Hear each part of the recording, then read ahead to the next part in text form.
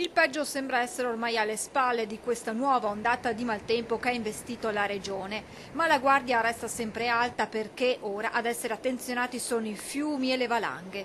Per quanto riguarda i corsi d'acqua, dal Brenta al Bacchiglione, dall'Alpone al Livenza al Tagliamento, il centro funzionale decentrato della regione Veneto, per garantire un monitoraggio costante della situazione, ha dichiarato lo stato di attenzione per criticità idraulica o idrogeologica in diversi bacini idrografici. In montagna invece preoccupano le valanghe. Il pericolo nella giornata di oggi è indicato 4 forte con rischio di distacchi spontanei lungo i pendii ripidi in tutte le esposizioni. Il previsto miglioramento del tempo farà sì che la neve sarà gradualmente in assestamento e consolidamento. Domani il pericolo sarà ancora 4 forte, criticità arancione sulle Dolomiti e 3 marcato, criticità gialla sulle Prealpi.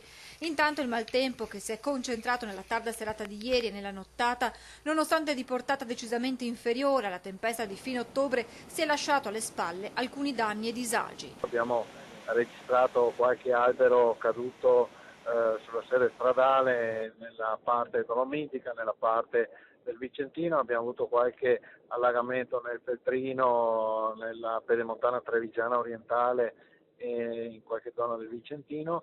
Abbiamo avuto qualche piccolo smottamento, in modo particolare San Gregorio nelle Alpi Recoaro. Anche a Belluno si fa un bilancio del passaggio dell'ondata di maltempo. Qualche palo dell'illuminazione che è caduto nella zona del Nevegal, varie piante cadute sia in zona del Nevegal sia in zona delle Ronce.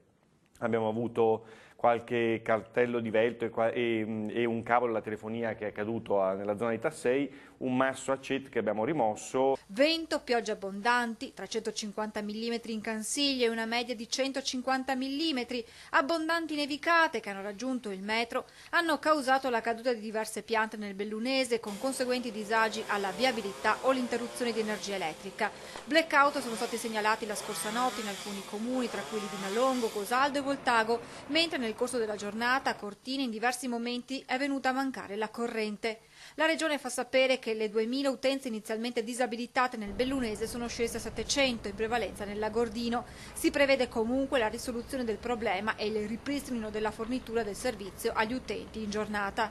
Nella notte si è registrata una frana ai Casoni di Belluno, con la strada regionale interrotta per diverse ore e riaperta stamattina. Smottamenti anche sulla Lemagna in zona Cimagogna.